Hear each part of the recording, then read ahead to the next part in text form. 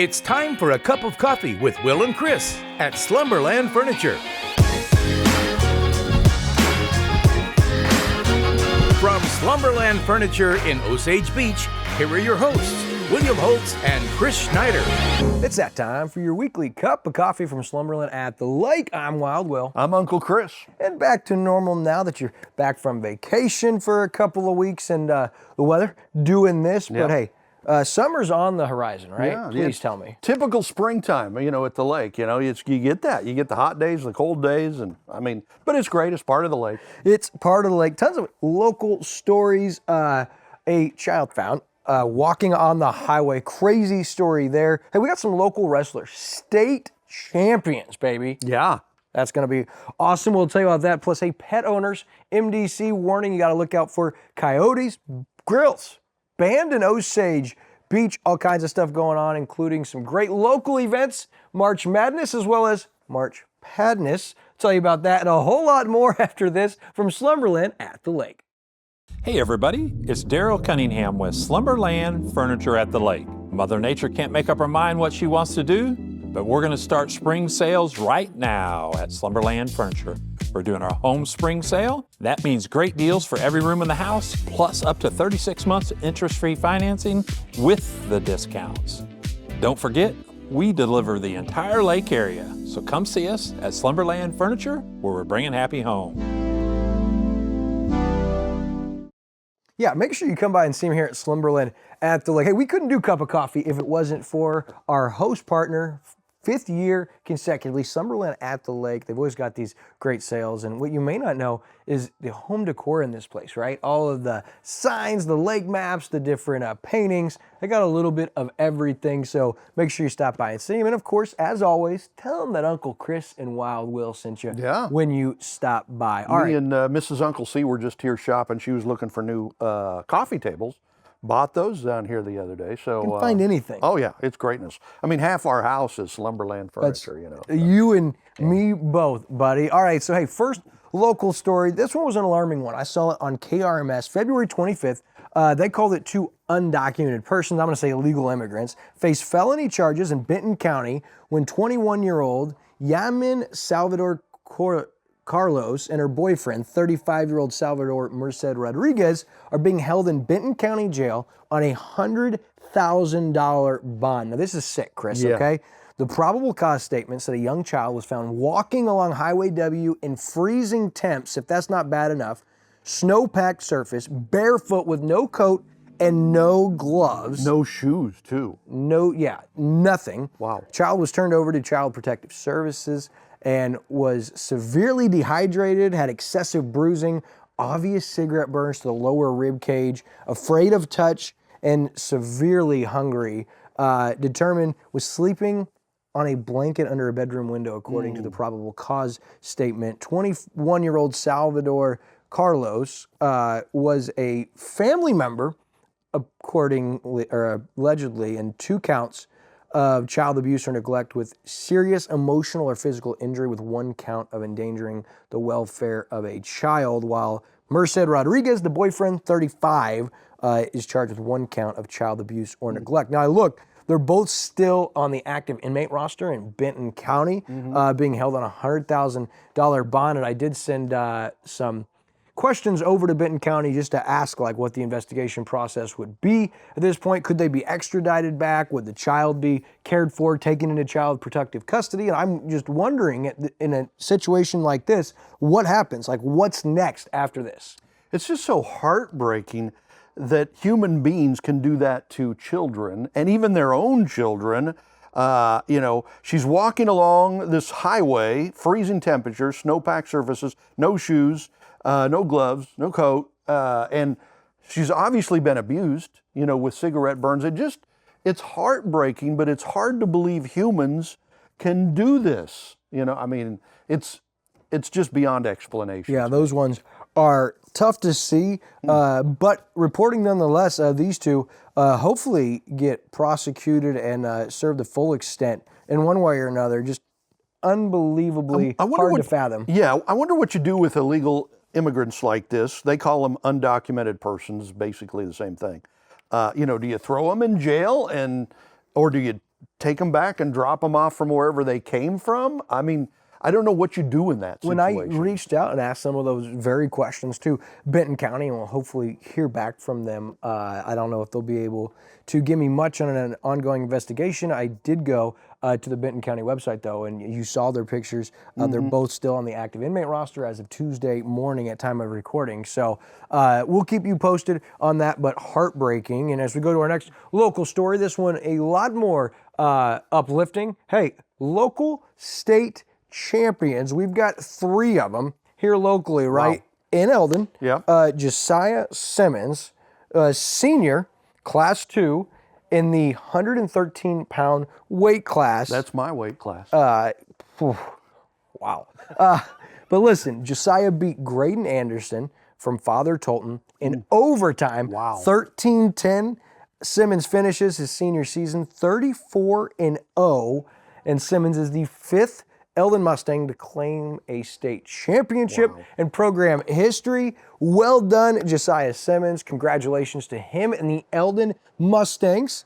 The next winner, from Versailles, Brandon Brewer, the junior, class 1, 120-pound state champion, and he won in convincing fashion. Beat Nolan Locks from Fatima 12-2.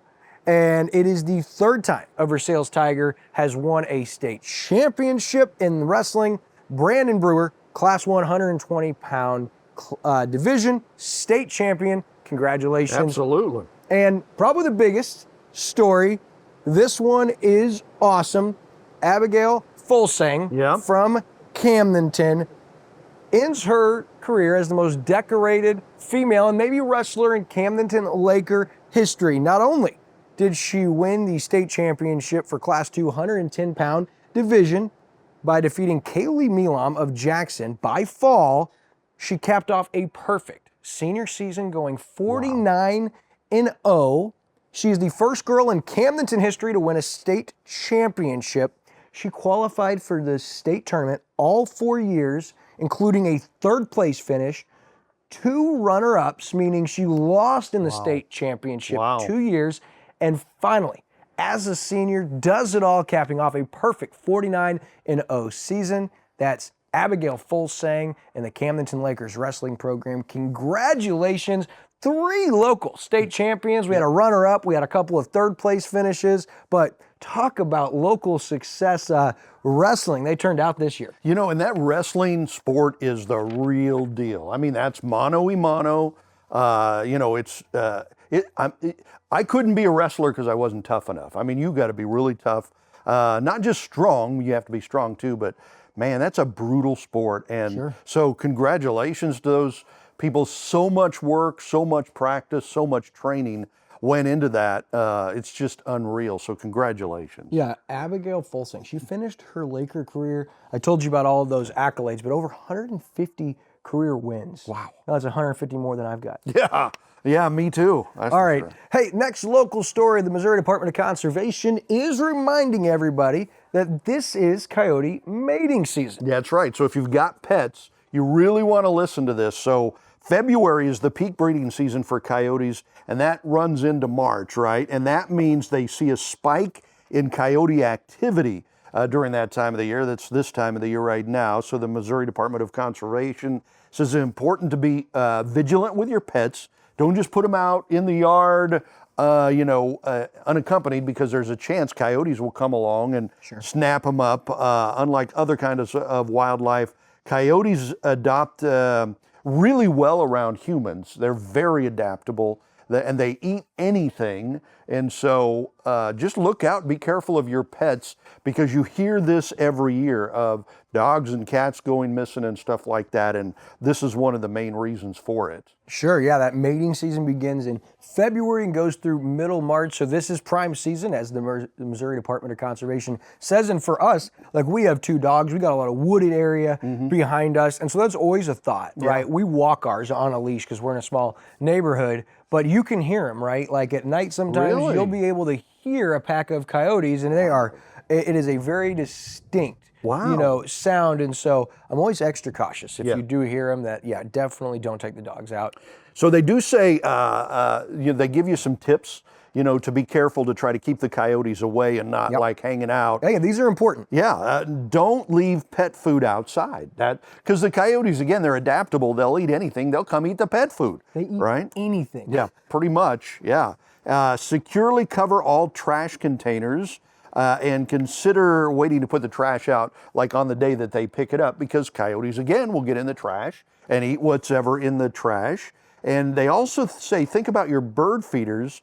And while coyotes don't necessarily eat the bird seeds, although they will, but they don't necessarily like that, but they'll hang out around there to eat the birds that eat the bird seed, or the squirrels, or whatever else is hanging out there. So, and they say, do try to scare them away, because the more you scare them away, the more they're going to become human adverse, to stay away from people. Otherwise, they're not even afraid of people, right? Yeah, and you may have mentioned this, but when they see dogs especially, that can kick off a dominant, almost like defensive mechanism or instinct in the coyotes, where they get really territorial, and that could cause them to attack. And so, I mean, they are canines, right? Yeah. They are in that same family. But when I saw the bird sing thing, Uncle Chris, I was like, man, we got to be careful. We have a lot of bird feeders, and we just sweep that off underneath. Like, that would be what did us in, was the bird seed. So yeah, because animals of all sorts are going to come eat those seeds. Not just birds, but squirrels and other little animals and everything else. Coyotes would sit there and wait for them. Sure. All right, so hey, in our next story, the city of Osage Beach has officially banned open flame grills on balconies of multi-family residencies within the Osage Beach Fire Protection District. This went into effect on March 1st. They adopted Code Section 308.1.4 of the International Fire Code. Now, there was a 90-day comment period over the course of 3 different public forums.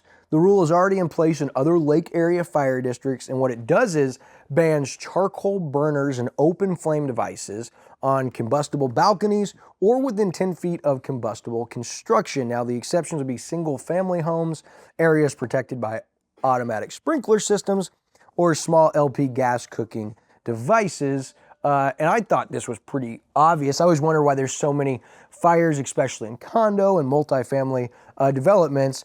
And this, I thought, would go without saying, but yeah, no barbecue grills of certain kind on those balconies and porches. Yeah, and I was kind of surprised that this hadn't already been kicked in a long time ago. I mean, almost everywhere now, these open flame grills are banned on, condos, apartment complexes, whatever. It's kind of surprising that it's just now coming to Osage Beach. But if you think back, there's been some big condo fires in the last few years. I don't know if it was because of that, but it's possible. Sure. Yeah, and so you saw that, and it had come out a few weeks ago and went into effect officially over the weekend on March 1st.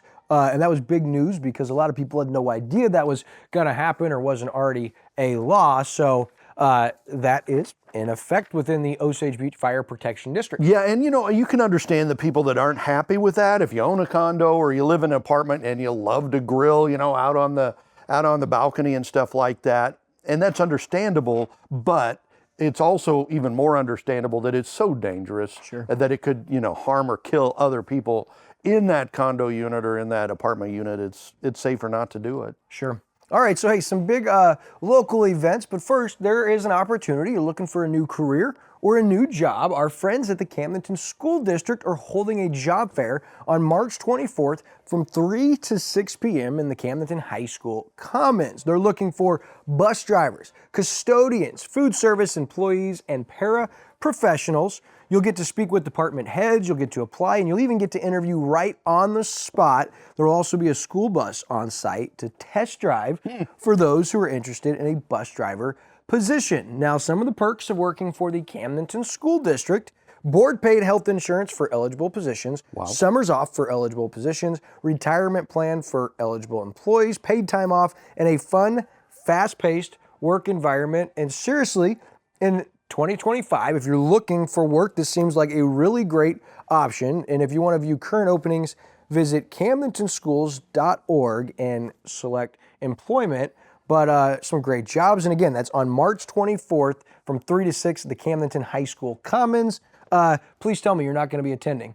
I tell you what, that is a pretty good job. It comes with health benefits and everything. I've got a neighbor that does that. She drives a bus for Camdenton School District, and she loves it. I mean, she's got a route that she drives every day, and I think she even does extra stuff like taking certain teams, to games and stuff like that. She loves that job. Sure. Man, I tell you what, and boy, you get a lot of benefits with that. And I'll say, growing up, the school bus drivers have an opportunity to make a big impact. I had a couple of school bus drivers that I loved. I had one named Lance in Versailles when we moved over here. And the first year that we moved over here, I hadn't gotten my license yet, and he was awesome. Yeah. And so it's an opportunity, but a couple of great jobs, and who knows, maybe you'll land one of those. All right, so our next headline, you ever heard of the Community Foundation of the Lake? Community, I have heard of that, yeah. Right, so the Community Foundation of the Lake is going to host a panel discussion on financial sustainability for nonprofits in the Ozarks. The Community Foundation is excited to announce their discussion called Building a Strong Financial Future to provide nonprofit organizations with strategies and insights for achieving long-term financial sustainability. So if that's you, you're involved in a nonprofit, you are involved in a startup hoping to become a 501(c), or if you have aspirations to do this, this could be a great tool for you. The event's going to take place Thursday, March 20th from 9 to 11 a.m. at the Exchange venue in Camdenton. You can hear from Millie Schumann, Trini Garrett, Jane Martin, Carolyn Devenroy, and Stacy Pirtle, all on that panel discussion. And Stacy Pirtle, who's the president, says we're thrilled to bring together these accomplished professionals to share their expertise. And if you know anything about those list of individuals, very, very philanthropical. And I'm telling you what, those ladies there are a well of knowledge. And we've had several of them on our shows on Lake TV. Certainly, Ms. Pirtle and Jane Martin from Scott's Concrete, they do so many good community-minded things, nonprofit things. They know what they're talking about. This is a genius idea. Sure. And a couple of bullets that you can expect that day from 9 to 11 on Thursday, March 20th. They'll be learn about legacy giving, business donor advised funds, how to garner RMD giving, what donors are looking for, and what is generational wealth transfer. All incredibly important things for nonprofits when you look at growing. And if you're wondering, what is the Community Foundation of the Lake? Well, it works to enhance the educational, cultural, health, and economic development of Camden, Miller, and Morgan counties through collaboration and philanthropy. And we know Stacy Pirtle and Jan Amos and the ones involved. We love them, and this is a great opportunity. I'll be there March 20th from 9 to 11 at the Exchange. Look forward to seeing you there. And we, over the years at Lake TV, have tried to help out local nonprofits. You have hosted a Nonprofit of the Month show where we go into, certain nonprofits and show people what they do. And so that is one of the things that makes our community so incredibly special, that everybody's kind of trying to come together to help the nonprofits, which helps so many people. And for us at Lake TV, Jan and Stacy and Jane and those gals have been so helpful as far as when you are a business, what they do is they're able to identify the needs of the local nonprofits. And so if you want to make an impact, they're able to come to you and say, hey, look, this is where the biggest need is. And so with that donation, we should go here.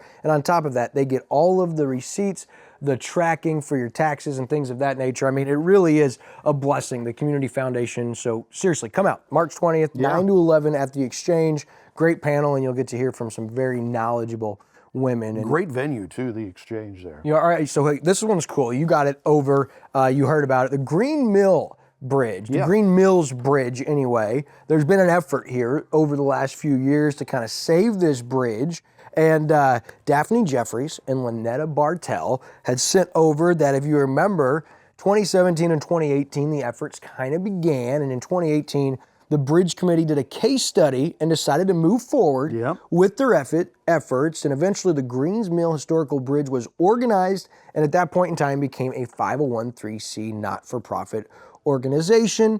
2019, they started to grow with Facebook and web pages. They started holding fundraisers, golf tournaments, trivia nights. And in 2023, just a little over a year ago, MoDOT actually transferred the title of the bridge.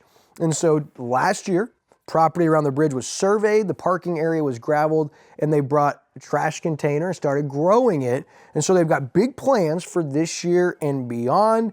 And so they're looking to have all kinds of things done, and they're saying, hey, we need your help. And they're holding a public meeting Monday, March 10th at 6 p.m. at the Camden County Museum at South Locust and Lynn Creek. They're going to explain all the work so far on adopting the Green Mills Historical Bridge located on J Road in Camden County. Yeah. And this is from Daphne Jeffries and Lynetta Bartell. But we've heard of this now the last couple of years, seen a couple of things on Lake Expo. And these ladies, they have not slowed down, and they are literally seeing this come to fruition. And we've had both of those ladies on a Community Spotlight show to talk about Greens Mill Bridge and such great stories. It's like Lynetta has a family history there.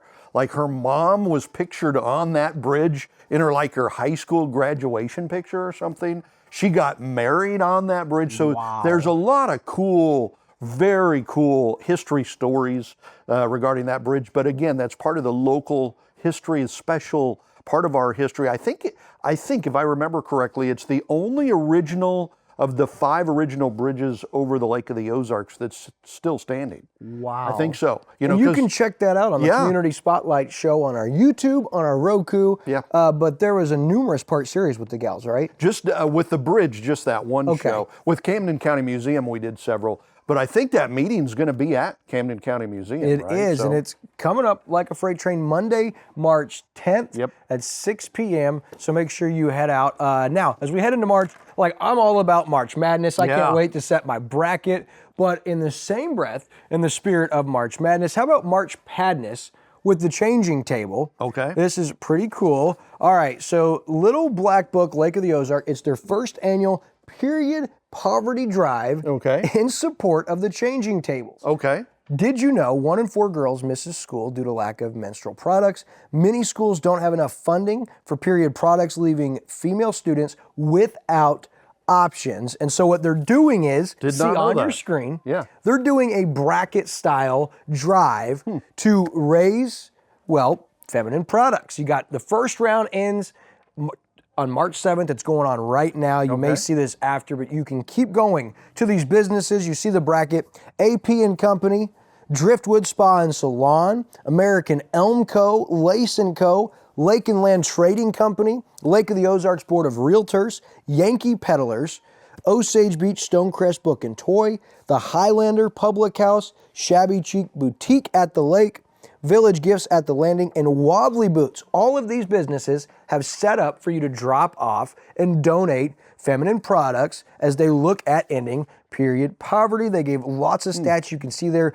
on your screen. Did you know that in Missouri, 1 in 6 females between the age of 12 and 44 lives below the federal poverty level? And as I said, 1 in 4 female students will miss school because of that poverty. And so this is important. I applaud not only the Little Black Book, just established, doing this for the changing table. Really cool. They've got all these businesses confirmed, and we'll keep you posted on the results. But what a cool idea, right? Yeah, I mean, one of those things you don't think about, and it's not talked about. So it's great that this need is coming to attention and hopefully being helped out and taken care of.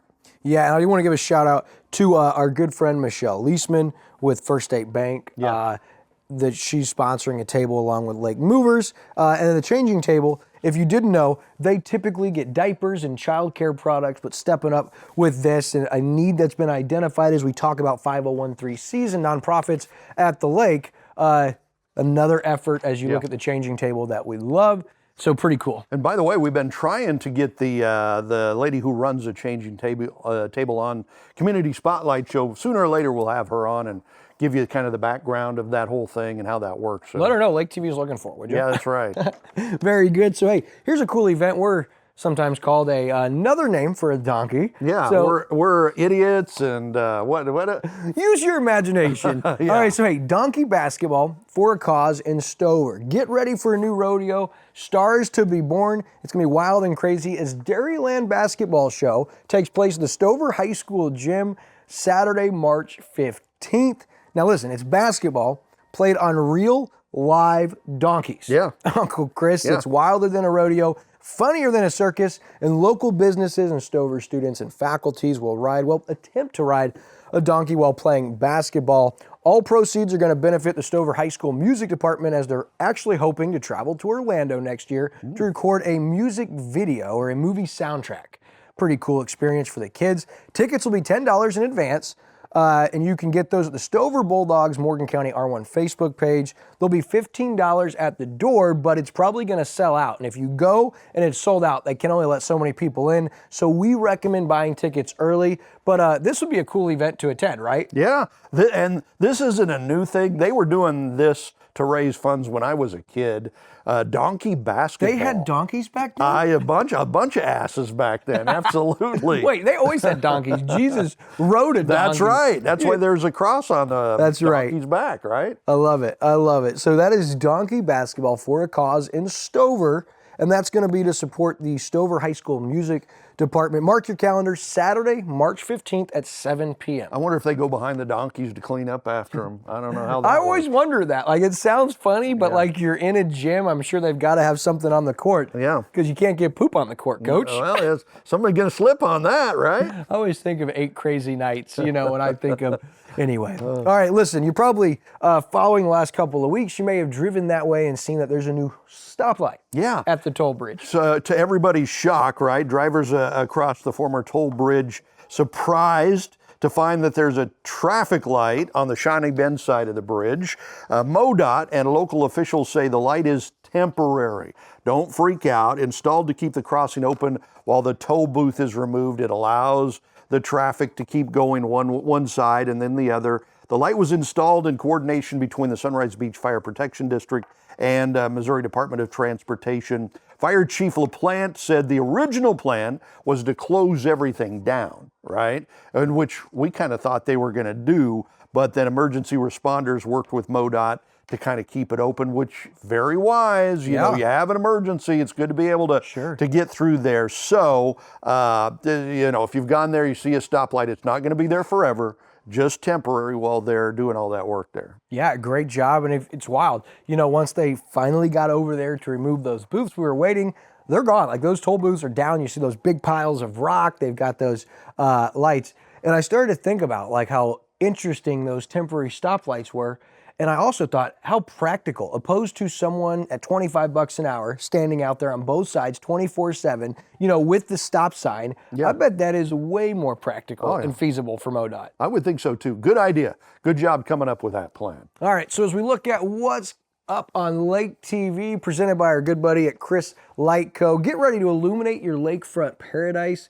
It's time for Weekend at the Lake. And speaking of Chris Light Co, that's coming back. He's presenting Weekend at the Lake with David Leatherberry. Kicks off in a couple of weeks. Your weekend rundown of all the events taking place around Lake of the Ozarks. And David, he's as cool as the other side of the pillow. He'll keep you in tune with what you want to do this weekend. Boy, he gets into that, doesn't he? He loves That's his bringing element. It is. He loves bringing you Weekend at the Lake. That is his element. We're really excited about the addition of Chris Light Co. We're going to talk to you guys this summer about lighting up your docks, your lakefront space, your area with our buddy at Chris Light Co. Hey, also, the Community Spotlight Show. Uncle Chris sits down with distinguished guests every single week around the lake area, and this week is no different. It's Jeff Higby, Easter theme. Yeah, a local pastor and great guy. Love this guy. So we just talk about what Easter is, what Easter means.